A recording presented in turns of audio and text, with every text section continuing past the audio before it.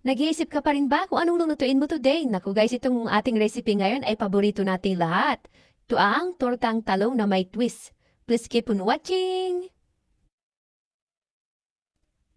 Ayan guys, meron tayong talong dito. Bali 5 piraso yan. Inihaw ko lang ito sa kalan. Mispo, sa kalan ako nag-iihaw. Kaysa naman magpabaga pa ako, matatagalan pa ako. Ayan, pagkatapos nating ihawin, binalatan ko na siya guys. At ito na, hindi ko na napikita sa inyo. Tapos meron tayong 5 pirasong itlog. Large po yung gamit ko. Tinimplang ko ng asin at pamintang durog. Tapos yung chicken powder. Ayan, puro tansya-tansya na lang po yung nilagay ko. Tapos i-mix natin sa madurog lahat yung ating egg yolk. Ayan.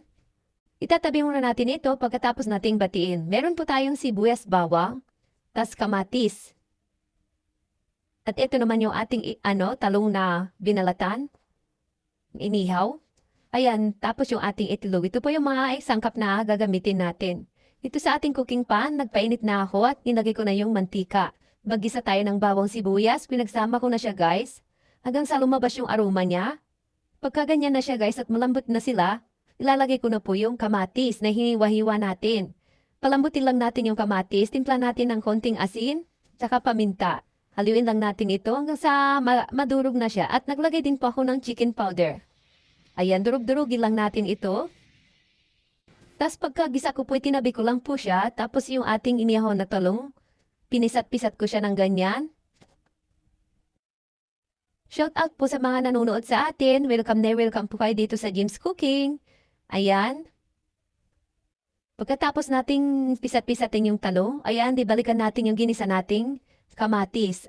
Ayan, ikinalat ko siya guys. Inup ko muna yung kalan. Tapos po, ilalagay na natin yung mga talong na dinurog-durog natin. Ayan, hinilera ko lang siya na ganyan para padali lang po yung ating trabaho. At syempre, para lalong sumarap yung ating talong, kaya inaggisa tayo ng kamatis at sibuyas. Try nyo rin po guys, ang sarap nito. Ayan, inilera ko lang po yung 5 pirasong, yung ating 6 na talong. Tapos po ilalagay natin yung itlog na binati ko kanina. Shout out din po sa mga followers ko dyan at subscriber ko. Marami pong salamat sa inyo. Ayan, nagdagdag ako ng mantika guys kasi konti lang po yung mantika nilagay ko kanina. Ayan, pagka na siya, ilalagay ko na po yung ating itlog. Ayan, ang sarap nito guys. Talagang magugustuhan ninyo itong recipe na to. Binutas-butas ko dyan sa may gitna para yung itlog ay lumusot din po sa ilalim.